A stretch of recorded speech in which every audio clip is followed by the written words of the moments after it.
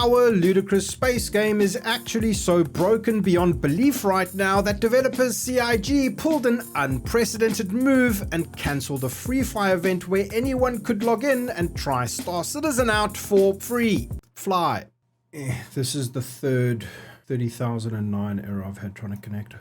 The game is currently so broken, in fact, that it prompted me to make a rare, actual super serious discussion video instead of the usual world-class and totally brilliant epic space adventure type content that a lot of you handsome viewers have become accustomed to. So what in the Mazelian's crusty nutsack is going on, and why do we care? The last few free fly events that I can recall didn't really negatively impact my experience playing the game, if at all, but we need to remember that the Star Citizen experience is first and foremost an anecdotal one. You just need to take a step back and realize for a second that you're not the center of the universe to appreciate that our ludicrous space game is comically inconsistent, and for every one person having a great time, there are many more experiencing some form of game-breaking, session-ending and overly frustrating issues.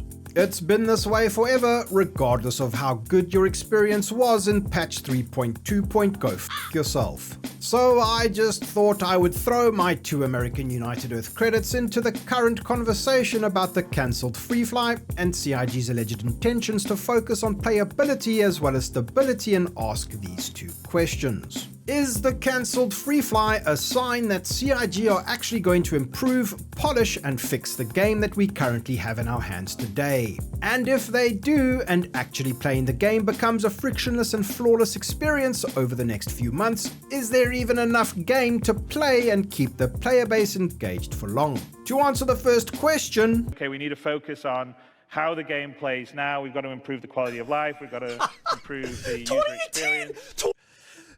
2018! It's 2025! This clip of Sodium Michael's clip of a clip highlights how we've been here before. It appears that the cycle is simply continuing, and there's always been a yearning from the community for making the current live experience as good as possible by removing all the friction experienced in moment-to-moment gameplay and let us enjoy what game there is without having to rip our fingernails off in frustration. They never fixed it back then, they haven't fixed it yet, but will they fix it now? Handsome viewer, I f***ing hope so, but the real question to get some sort of answer should actually be, what's the best thing for the project's success in the long term? Say what you want about CIG's marketing tactics and the project's tumultuous development over the years, but it's undeniable that Star Citizen is not a cash grab scam, and if it is, it's the worst cash grab scam in the history of the world. The amount of time, effort, developer blood and money that has gone into this project alongside the creation of new technologies like server meshing is unironically unprecedented, and a casual glimpse at the wider environment of the gaming industry should indicate to you that we are lucky to even have Star Citizen in our hands today, as shit and buggy as it is in the first place. Typically when a game is developed and eventually released, the marketing is what does all the heavy lifting for the initial sales, and sadly in modern gaming, the pre-sales as well, which are huge factors in determining the financial success or failure of a title. However, it is the quality of the game itself that sustains financial success over the long term. Does it scratch a particular itch potential players have had leading up to the game's release? Does the game live up to the hype created by the marketing in the first place? And most importantly, is the game good? Elden Ring and Baldur's Gate 3 showcase this point most aptly. Rare cases of games with a ton of hype leading up to their releases and then actually meeting or exceeding that hype in the eyes of the larger player base, leading to long-term sustained success. There are indeed exceptions such as No Man's Sky and Cyberpunk 2077 that had huge marketing endeavors met with abysmal launches that missed their marks but met sustainable success over time as the developers continue to strive to make the games themselves good and meet the quality bar their players required from them. Star Citizen, however, breaks these conventions and has managed to exist in a state of hype stasis for over 15 years, sustainably but perplexingly raising its nearly $1 billion without ever actually producing a solid gameplay experience that any mainstream audience gamer would consider acceptable. So it's my belief that whoever at CIG is guiding the Star Citizen project along its golden path will steer the project towards stability and playability when it makes the most sense to ensure the long-term and sustainable success of the game, or whenever it becomes financially sensible to do so. In my humble opinion, it boils down to this. If Star Citizen becomes a frictionless and enjoyable experience to play now, in the short term, would the potential success and growth from that allocation of company resources to make that happen translate to enough financial gain to compete with or exceed yet another ship sale for yet another broken build of our ludicrous space game? I feel like with the current state of 4.0 point whatever the fuck, it should. How many of you handsome viewers have friends? How many of those friends have you tried to get to come play Star Citizen with you? How many of those friends would dedicate time and their hard-earned money towards Star Citizen if the game was in a far better and more playable state? If the game was polished, stable, and frictionless right now, having an influx of new or inexperienced players who don't end up Alt F4ing at the first sign of a game-breaking bug can and should do more good for the health and sustainability of the game than any tone-deaf marketing endeavor to sell yet another spaceship. However, I'm not a member of the CIG accounting team, and we have no idea how effective it would actually be in practice. But surely more people would be willing to spend more money on the project if the game actually f***ing worked and worked consistently.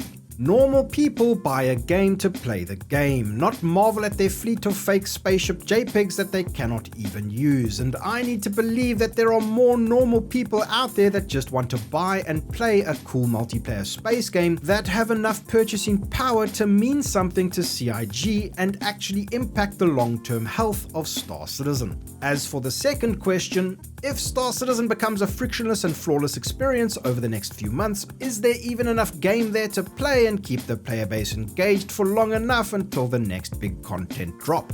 From my perspective, this question has two answers. On the one hand, you have a player base that is perfectly content with the shallow and repetitive PvE content the game has had on offer for the last 500 years, and think that going to a bunker and shooting a handful of desynchronous NPCs in a high-octane manner is peak modern gaming. Now, I'm not saying that there's anything wrong with that, you do you, but I've always seen the current rudimentary mission and contract system in Star Citizen as a placeholder for a much deeper and dynamic system that I hope realizes its full potential in the coming years. Whatever that might look like, I have no idea. Something about probability volumes and quantum physics, but the current amount of PvE-orientated content definitely has a short shelf life even for the most dedicated of reputation grinders. On the other hand, you have a fun and challenging PvP-orientated side of the game that lends itself to some incredible emergent gameplay, of which I have said before and will continue to say again. No other game comes close to seamlessly creating the scenarios and situations that I continue to find myself in Star Citizen that no developer or designer could ever create by hand.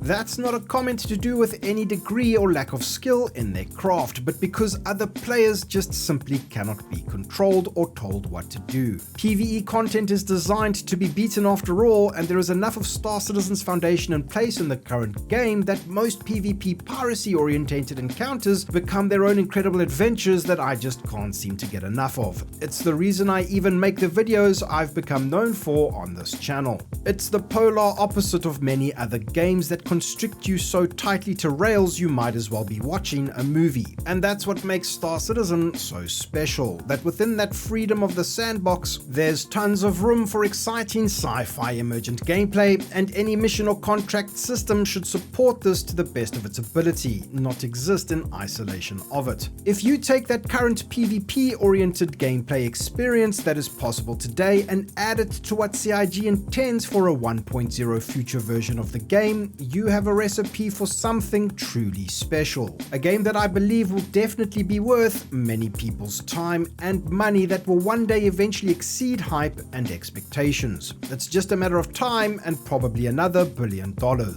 But I would love to know your handsome viewers' handsome thoughts. Is the cancelled free fly a sign of positive change to come? Could we get a stable and consistently playable Star Citizen this year, and will it stay that way? Should CIG just continue doing what they've been doing, because apparently if it's broke, you don't actually really need to fix it because you keep making millions of dollars anyway? Is it finally time to turn the tech demo into a game? Let me know in the comments below.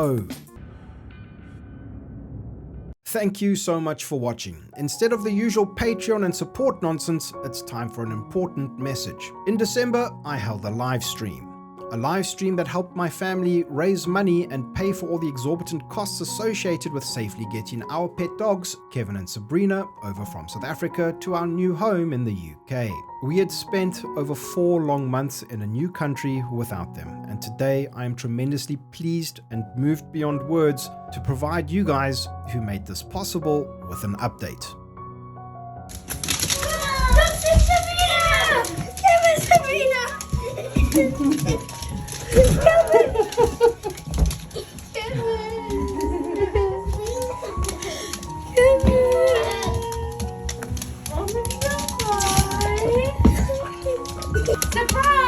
Surprise! This is the biggest surprise in the house. Yes!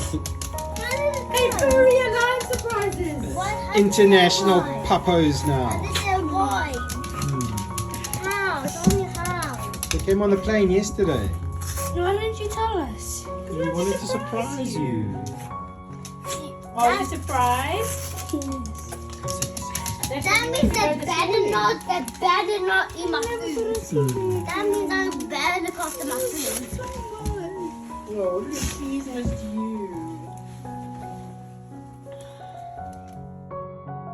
You viewers who are so dumbfoundingly handsome did this. You helped me to fix my family. From the bottom of my heart, thank you. I'll see you around the verse. Cheers.